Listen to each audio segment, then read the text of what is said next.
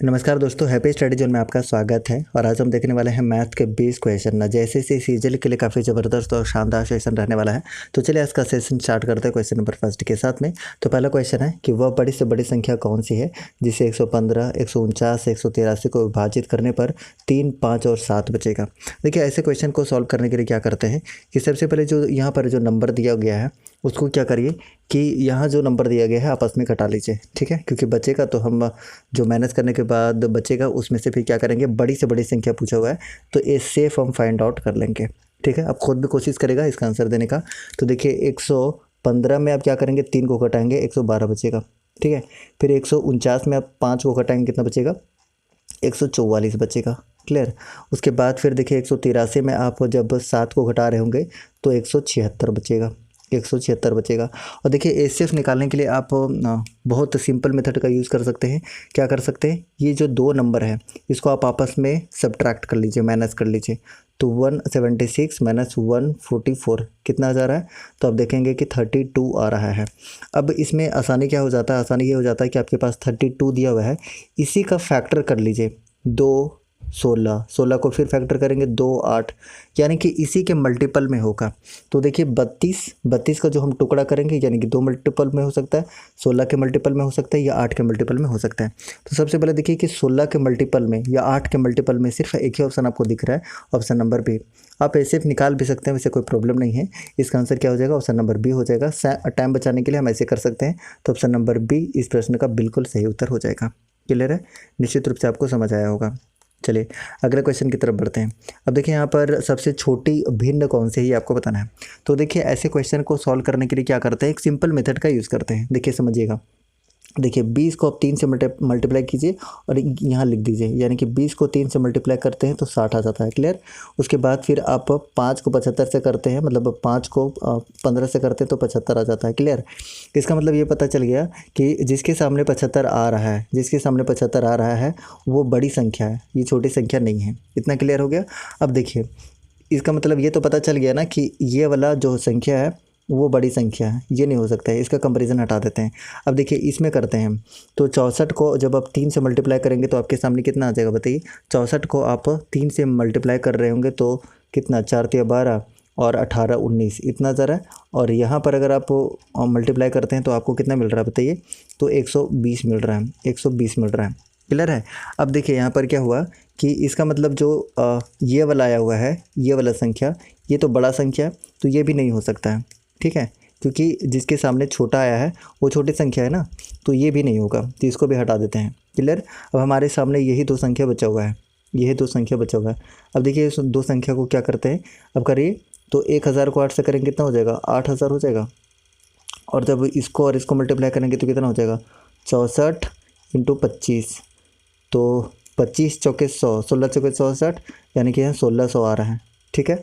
यहाँ कितना आ रहा है, 1600 आ रहा है। तो निश्चित रूप से 1600 और 8000 में कौन छोटा है, तो आप कहेंगे कि 1600 छोटा है। तो आप आंसर क्या कर सकते हैं, 25/1000, ठीक है। तो 25/1000 इस प्रश्न का उत्तर होगा। या फिर आप डिवाइड करके भी निकाल सकते हैं, लेकिन ये मेथड काफ़ी ईजी होता है। एक बार आप अपने से करके देखेंगे तो आपको काफ़ी मज़ा आएगा। तो ऑप्शन क्या होगा, ऑप्शन नंबर 20 प्रश्न का उत्तर होगा। जितने भी बी आंसर कर रहे हैं आप लोग, बिल्कुल सही आंसर है। चलिए अगले क्वेश्चन की तरफ बढ़ते हैं। और देखिए तीसरे नंबर क्वेश्चन आपके सामने है। तीसरे नंबर क्वेश्चन देखिए यहाँ पर करना क्या है, अब ध्यान से देखिएगा। तो ये दोनों को क्या किया जाएगा, जोड़ा जाएगा, ठीक है। इसके जगह पे अगर आप x मान लीजिएगा तो वो इधर x आ जाएगा और ये वाला जो टर्म है पूरा क्या हो जाएगा, माइनस हो जाएगा। तो देखिए एक सिंपल सा आप ध्यान रखिएगा, कैलकुलेशन को थोड़ा सा शॉर्ट करने के लिए हम करते हैं कि देखिए दशमलव यहाँ पे 3 अंक के बाद है, यहाँ पे 3 अंक के बाद है, यानी कि जो भी अंतर पड़ने वाला है अगर हम इसको घटा कर देख ले तो काफ़ी अच्छा हो जाएगा हमारे लिए, ठीक है। तो सबसे पहले तो हम ये समझ सकते हैं कि दशमलव 3 अंक के बाद होगा, तो ये 2 अंक के बाद है, ये 2 अंक के बाद है, ये होने से रहा। उसके बाद देखिए ये 1 ही अंक के बाद है तो ये भी होने से रहा। तो आंसर क्या हो जाएगा, ऑप्शन नंबर डी हो जाएगा। आप ऐसे कर सकते हैं। या फिर और थोड़ा सा आप अगर चाहते हैं कि थोड़ा सा और हम सिंप्लीफाई कर लें तो देखिए आपको यहाँ पर क्या दिया हुआ है, 567 दिया हुआ है ना, 221 माइनस कीजिए तो देखिए 7 में से 1 6, फिर 6 में से 2 कितना 4, फिर 5 में से 3, देखिए ऐसा मिल रहा है ना। तो एक ही ऑप्शन आपको देखने को मिल रहा है। आगे कैलकुलेट करने की आवश्यकता नहीं है, जोड़ने की आवश्यकता नहीं है। ऑप्शन नंबर डी इस प्रश्न का उत्तर हो जाएगा, ठीक है। चलिए 4 नंबर क्वेश्चन देखिए। अप्रोच रहना चाहिए शॉर्टकट ताकि आप जल्दी से सॉल्व कर पाएँ। देखिए 229 और 660 का महत्तम सम अपवर्तक 10 बोल रहा है, यानी कि एचसीएफ 10 बता रहा है। नहीं भी बताता तो हम लोग को पता था कि 10 इसका क्या हो जाएगा, एचसीएफ हो जाएगा। उनका एलसीएम निकालना है। तो अब देखिए, ध्यान से देखिए, आपको क्या मिल रहा है, 29 मिल रहा है, ठीक है, इसमें 66 मिल रहा है, और दोनों में 10-10 है, ठीक है, दोनों में 10-10 है, तो एक 10 ले लेते हैं, ठीक है। अब देखिए क्या, इतना तो क्लियर हो गया कि लास्ट में एक 0 होगा, यानी कि ऑप्शन नंबर 4 तो नहीं होगा, इतना क्लियर है। अब देखिए 9 चौक 54 और 4 से एक ही स्टार्ट है, एक 0 के बाद में एक ही स्टार्ट है, ऑप्शन नंबर सी प्रश्न का उत्तर हो जाएगा। आगे चेक करने की आवश्यकता ही नहीं है, ठीक है। ऐसे आप आसानी से सॉल्व कर सकते हैं और ऑप्शन नंबर सी आप आंसर कर सकते हैं और सी इस प्रश्न का उत्तर हो जाएगा, ठीक है। ये अब करते हैं हम लोग क्वेश्चन नंबर 5। अब देखिए क्या करते हैं, क्वेश्चन नंबर 5 देखिएगा ज़रा ध्यान से। 3 घंटियाँ दी हुई हैं। अब देखिए, इस तरह का जब भी क्वेश्चन आपको मिलता है कि 10, 15 और 20 मिनट के अंतराल पर बजती हैं, यदि तीनों घंटियाँ 5 बजे पीएम में एक साथ बज रही हो, तो अब वे एक साथ कब बजेंगे। देखिए ऐसे क्वेश्चन काफ़ी इजी होता है। सबसे पहले क्या करिए कि जो नंबर दिया गया है इसका आप निकाल लीजिए, क्या एलसीएम निकाल लीजिए। एलसीएम निकाल लीजिए, कितना हो जाएगा, 500 के 20 दिया 60 हो जाएगा, ठीक है, 60 हो जाएगा। और 60 क्या होगा, मिनट, क्योंकि मिनट के अंतराल पर बज रही है ना, तो ये मिनट हो जाएगा। और मिनट 60 मिनट मतलब क्या होता है, 1 घंटा। और 6 बजे फिर दोबारा कब, 1 घंटा बाद, यानी कि 5 के बाद 6 बजे हो जाएगा। 5 बजे ना, 5 बजे के बाद एक साथ कब बजेंगे, 6 बजे। तो ऑप्शन नंबर क्या करेंगे, ऑप्शन नंबर डी इस प्रश्न का उत्तर होगा। जितने भी आप डी आंसर करने की कोशिश कर रहे हैं, option number D is correct one. Option number D इस प्रश्न का उत्तर हो जाएगा। क्लियर। नेक्स्ट है क्वेश्चन नंबर 6। और देखिए क्वेश्चन नंबर 6 में क्या दिया है कि अरुण की आय बालक की आय की 150% है। अब देखिए अरुण की आय कह रहा है ना, तो यहाँ पर अरुण की आय किसकी, बालक की आय की कितना है, तो आप कहेंगे 150%। 150% यानी कि 150/100, और 150/100 आप जब करेंगे और इसको कैलकुलेट करेंगे तो कितना हो जाएगा, 5 तिया 15 और 5 दूनी 10, यानी कि 3/2 हो जाएगा। आप ये कह सकते हैं ए और बी का जो रेशियो आपको मिल गया, कितना मिल गया, तो आप कहेंगे कि 3/2 मिल गया। इतना क्लियर है। अब देखिए आगे क्वेश्चन क्या कह रहा है कि अरुण की आय, किसका, चंदू की आय ना, चंदू की आय अरुण की आय की कितनी है, 120% है। 120 बटा क्या हो जाएगा, 100 हो जाएगा, 120/100 हो जाएगा।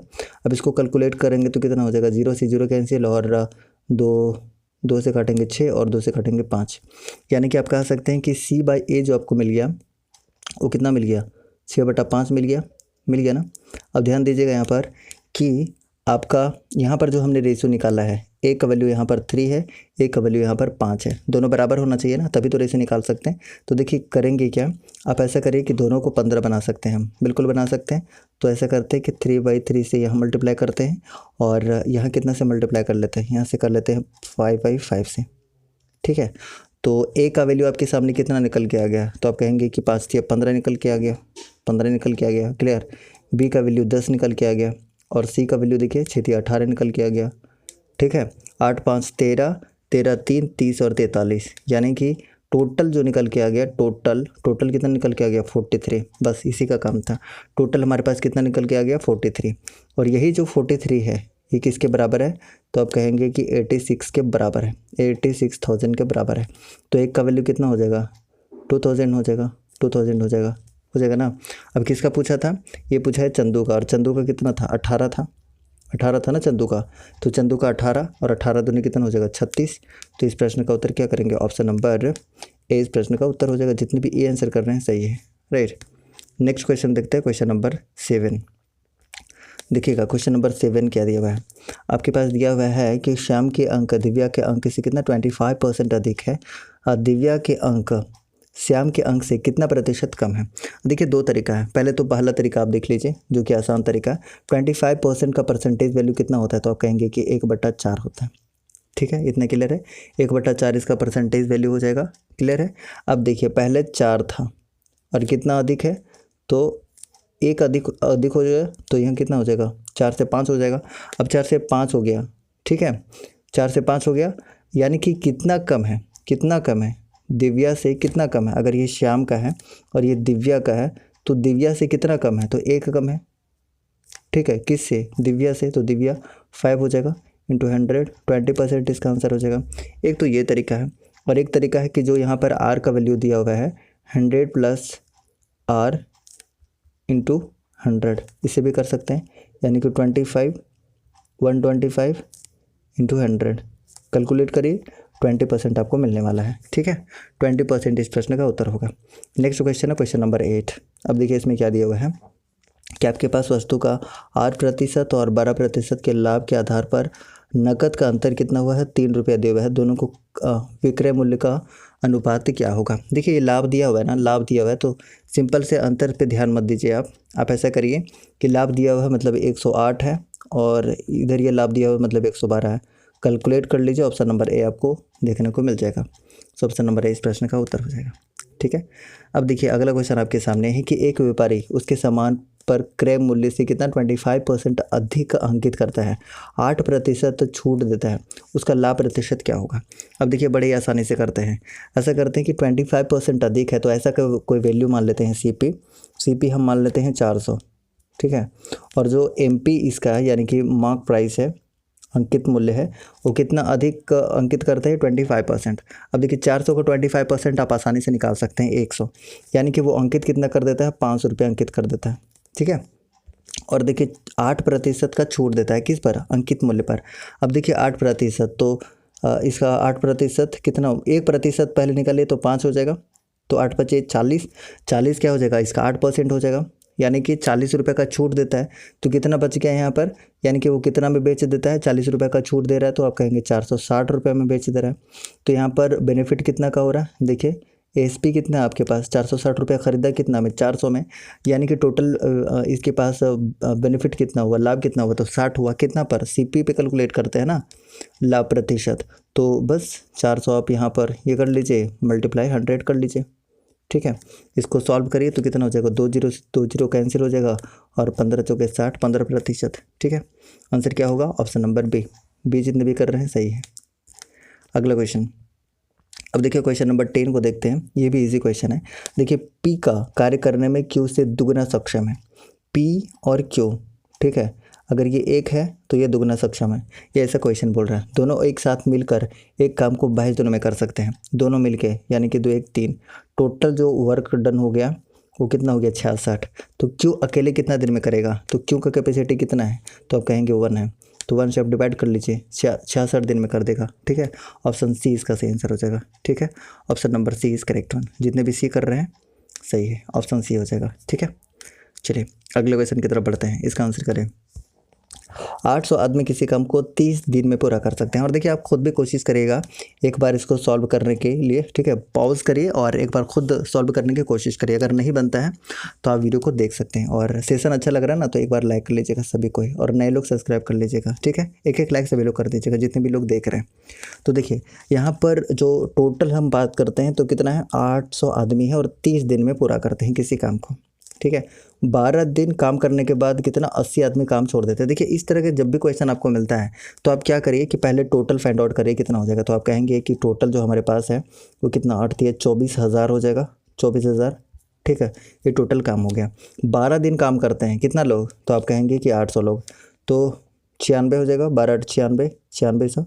अब 9600 को इसमें माइनस कर दीजिए तो आपको कितना मिल जाएगा, तो 0 0 और 10 4 13 13 4 और ये बच गया 1, यानी कि कितना बच गया आपके पास, ये बच गया, क्योंकि 12 लोग जो है ना वो 800 आदमी 12 दिन तक काम किए हैं ना, तो ये इसका ये हो गया। अब 80 आदमी काम छोड़ देते हैं, 800 आदमी हैं, अब 80 काम छोड़ दिए तो आदमी कितने बच गए, तो आप सिंपल सी बात है आप कहेंगे कि 720 आदमी बच गए। तो बचे हुए लोग यानी कि 720 लोग शेष काम को कितने दिन करेंगे, तो देखिए यही शेष काम हमारे पास था, तो कितने दिन में करेंगे, कैंसिल करिए 1 0 से 1 0 और ये कितना हो जाएगा, 20 हो जाएगा। ठीक है, यानी कि 20 बार में 20 दिन में वो पूरा कर देंगे, ऑप्शन बी।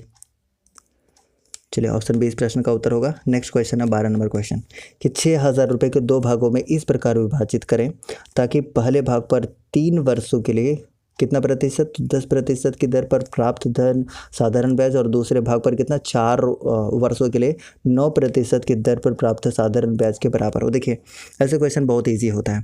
पहला वर्ष का मान लीजिए x, दूसरा वर्ष का आप देखिए टोटल है ना ये, तो आप दूसरा वर्ष का मान सकते हैं 6600 माइनस x, ये दूसरा हो जाएगा। ठीक है, ये 2 भाग में हम बांट दिए हैं तो बस दोनों को इक्वल कर लीजिए और क्या। तो पहला का x हो जाएगा, 3 वर्षों के लिए है 10% ब्याज दर के हिसाब से डिवाइडेड बाय 100, फिर इसका कितना हो जाएगा, तो आप कहेंगे कि 6600 माइनस x हो जाएगा इंटू कितने दर के लिए, तो आप कहेंगे कि दर है टोटल 9, कितने वर्ष के लिए, तो देखिए क्वेश्चन में ही दिया हुआ 4 वर्षों के लिए, डिवाइडेड बाई 100, ये वाला 100, ये वाला 100 कैंसिल होगा। और क्या क्या 100 और क्या क्या कैंसिल हो सकता है बताइए। देखिए यहाँ पर 3 कैंसिल हो रहा है, 3 3 जा 9, तो यहाँ से कैंसिल हो रहा है 3 टाइम्स में। और कुछ कैंसिल हो रहा है, बिल्कुल हो रहा है। तो देखिए 5 दूनी 10 और 2 दूनी 4, यहाँ पे ये कैंसिल हो गया। तो क्या बच गया, तो अगर आप यहाँ पे देखना चाहें तो आप कहेंगे कि यहाँ 5x हो गया, हो गया, बिल्कुल हो गया 5x। और उधर देखिएगा तो आप देख लीजिए ये कितना हो गया, तो आप कहेंगे कि 6600, हम अंदर कर ले रहे हैं ये 3 दूनी 6 को, और इंटू 6 माइनस कितना हो जाएगा, तो आप कहेंगे कि 3 दूनी 6x। ठीक है, अब आप आगे सॉल्व करिएगा तो देखिए ये वाला इधर माइनस में, इधर आके 11x हो जाएगा। 11x इक्वल टू कितना हो जाएगा, ये वाला टोटल वैल्यू बचेगा ना। आप काटेगा तो कितना बार में कटेगा, यानी x का वैल्यू कितना निकल के आ गया, 6 चक 3600 निकल के आ जाएगा x का वैल्यू। यानी कि पहला जो होगा वो 36 ऑप्शन में होना चाहिए, और एक ही ऑप्शन में, आगे चेक करने की आवश्यकता नहीं है, कैलकुलेट करने की आवश्यकता नहीं है, घटाने की आवश्यकता नहीं है। ऑप्शन नंबर ए हो जाएगा, एक ही ऑप्शन में आपको 3600 देखने को मिल रहा है, तो ऑप्शन नंबर ए इस प्रश्न का उत्तर हो जाएगा। क्लियर है। नेक्स्ट क्वेश्चन देखिए, ऐसे क्वेश्चन के मेथड तो एक ये भी है कि आप ऐसे कर सकते हैं कि जो डिफरेंस होता है साधारण ब्याज और चक्रवृद्धि ब्याज का, difference equal to P R by 100 का स्क्वायर, एक तो ये फार्मूला होता है। ठीक है, और एक तरीका ये होता है कि देखिए यहाँ पर कितना परसेंट है, तो आप कहेंगे कि 12.5% है। आप कहेंगे कि 25% को आप कितना लिखते हैं, 1/4 लिखते हैं, तो इसका भी आधा करेंगे तो 1/8 लिखेंगे। ठीक है, यानी कि 12/5 का जो मतलब फ्रैक्शन वैल्यू होगा कितना होगा 1/8 होगा। और जब देखिए 2 वर्ष के लिए दिया हुआ ना, तो प्रिंसिपल को आप इसका स्क्वायर मानिए, ऐसा करने से थोड़ा सा इजी हो जाता है।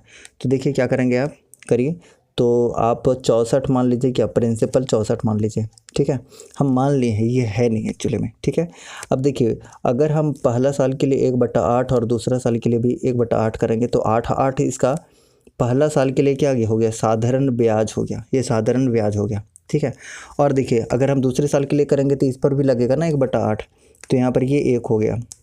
यानी आप ऐसे समझिए कि इसका जो साधारण ब्याज है वो 8 दूनी 16 है। ठीक है, और इसका जो चक्रवृद्धि ब्याज है 16 और 1 17 है, और दोनों का डिफरेंस कितना आ रहा है, 1 आ रहा है।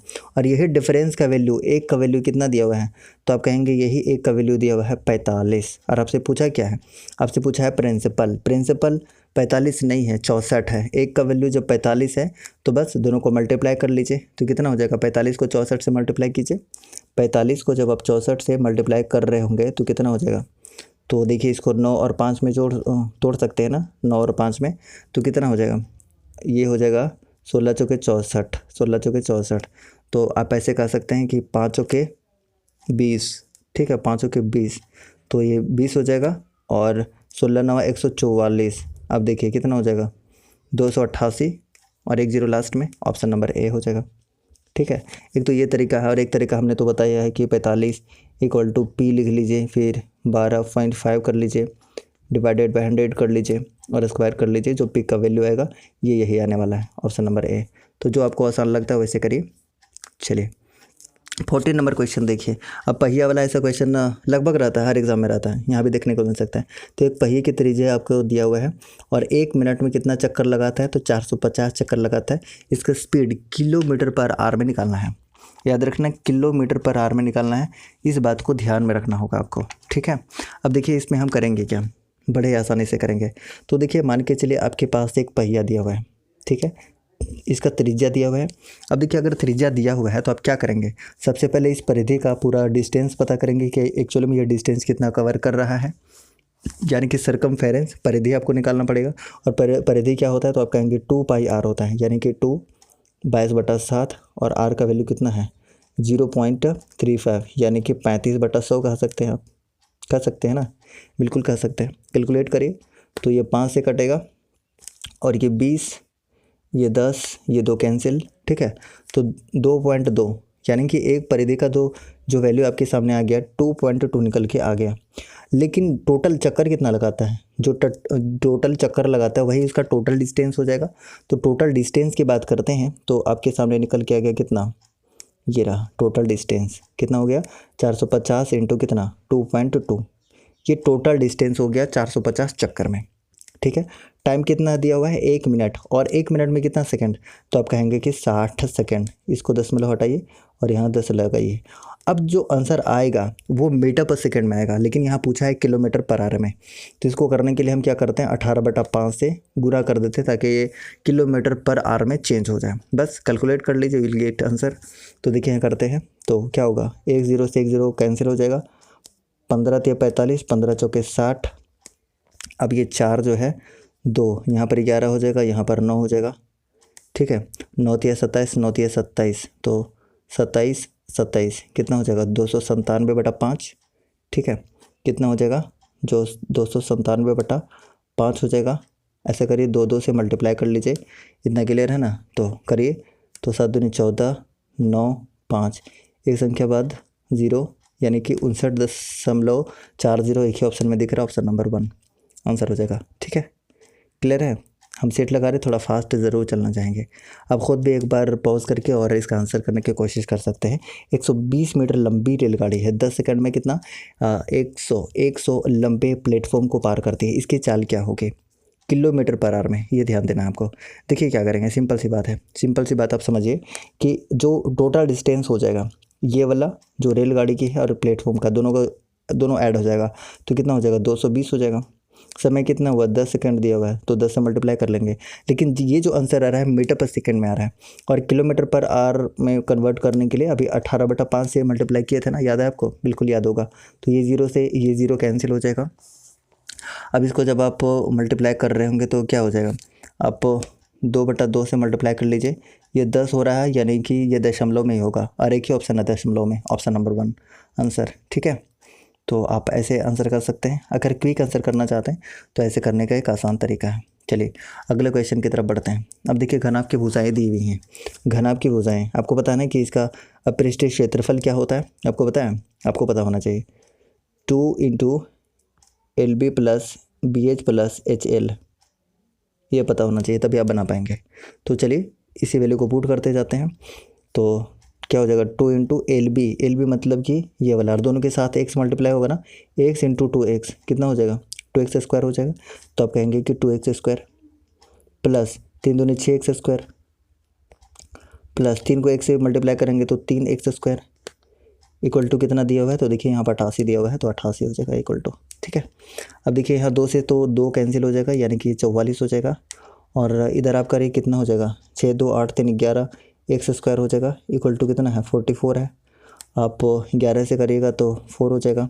स्क्वायर का वैल्यू है ना, x का वैल्यू निकल के आ गया 2, x का वैल्यू कितना निकल के आ गया, 2 निकल के आ गया।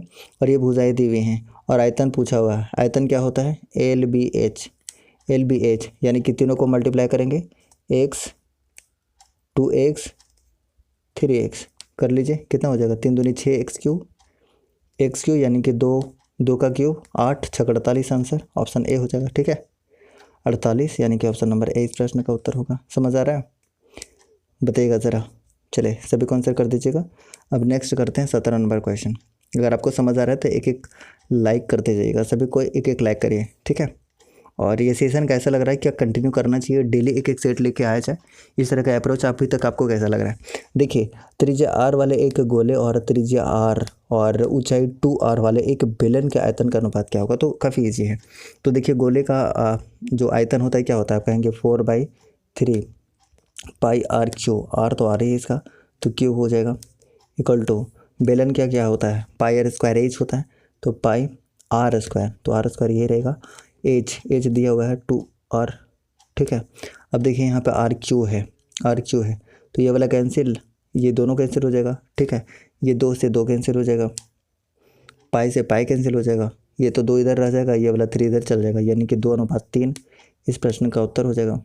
समझ आ रहा है, बिल्कुल समझ आना चाहिए, और ऑप्शन नंबर ए इस प्रश्न का उत्तर हो जाएगा, ठीक है। अगले क्वेश्चन की तरफ बढ़ते हैं। क्वेश्चन नंबर 18, इसका आंसर करेगा। देखिए आपके सामने ये दिया हुआ है, अब ये सी है, ये x नहीं है, सी है। अब देखिएगा, ध्यान दीजिएगा ज़रा, क्या हो जाएगा, अगर हम इस पूरा टर्म को हम a मान लें, इस पूरा टर्म को b और इस पूरा टर्म को c, तो आप कह सकते हैं ना कि AQ + BQ + CQ, ये क्या हो जाएगा बताइए, 3ABC। अब आपको पता है ना कि AQ + BQ + सी क्यू बराबर कब होता है, ये बराबर कब होता है बताइए, जब a प्लस बी प्लस सी का वैल्यू कितना हो जाता है, 0 हो जाता है। ठीक है, ये 0 हो जाता है, इसका मतलब ये दोनों को जब आप कैंसिल कर रहे होंगे तो इसका आंसर कितना आना है, 1 आना है। ठीक है, सिंपल सी बात, आप इतना याद रखिए। तो आंसर क्या करेंगे, ऑप्शन नंबर ए इस प्रश्न का उत्तर हो जाएगा। अगले क्वेश्चन की तरफ बढ़ते हैं, क्वेश्चन नंबर 19 नंबर क्वेश्चन देखिए, ये भी काफ़ी ईजी है, तो ऐसे ही निकल जाएगा। A square minus B square equal to क्या होता है, A plus B into A minus B होता है, और नीचे क्या दिया हुआ है, ए प्लस बी दिया हुआ है, तो ये दोनों हो जाएगा कैंसिल, और ए माइनस बी का ही वैल्यू पूछा हुआ है, तो जो बचेगा वही इसका आंसर हो जाएगा, यानी कि 25 ही इसका आंसर हो जाएगा। ठीक है, ऑप्शन नंबर सी इस प्रश्न का उत्तर हो गया। ठीक है, अगला क्वेश्चन देखिए, क्वेश्चन नंबर 20, ये तो ईजी है। अब देखिए tan 45 डिग्री का वैल्यू कितना होता है, 1 स्क्वायर माइनस cos 60 डिग्री का वैल्यू कितना होता है, 1/2 होता है, लेकिन स्क्वायर है तो स्क्वायर हो जाएगा, इक्वल टू एक्स तो पता नहीं है, बताइए sin 45 डिग्री का वैल्यू 1/√2, cos 45 डिग्री का वैल्यू 1/√2, cot 30 का वैल्यू √3, ये 2 है। चलिए अब क्या हो जाएगा, अब देखिए 2 दूनी 4, 4 में से एक जगह तो 3, 3/4 हो जाएगा, ये इक्वल टू यहाँ पर क्या हो जाएगा बताइए, तो आप कहेंगे कि x, तो ये क्या हो जाएगा, तो ये x, और ये कितना हो जाएगा, √2 मल्टीप्लाई करेंगे तो 2 हो जाएगा। अब ये 2 बार में ये √3, यानी x का वैल्यू कितना निकल के आ गया, √3/2, ऑप्शन नंबर 1। बताइए आज का सेशन आपको कैसा लगा, एक बार सभी लोग लाइक कर दीजिएगा, जितने लोग नए हैं वो सब्सक्राइब कर लीजिएगा अगर आप नए हैं, और सारे लोग सब्सक्राइब करके बताइएगा कि आज का सेशन आपको कैसा लगा है, क्या ये सेशन डेली बेस क्वेश्चन का लाया जाएगा। अगर आपको सेशन अच्छा लगा है तो फटाफट से एक बार सारे लोग बता दीजिएगा, सारे लोग कमेंट कीजिएगा कि आज का सेशन आपको कैसा लगा है, और ये PDF आपको मिल जाएगा टेलीग्राम में, जहाँ से आप प्रैक्टिस कर सकते हैं। तो चलिए मिलते हैं नेक्स्ट क्लास में, तब तक के लिए जय हिंद, bye bye, have a nice day.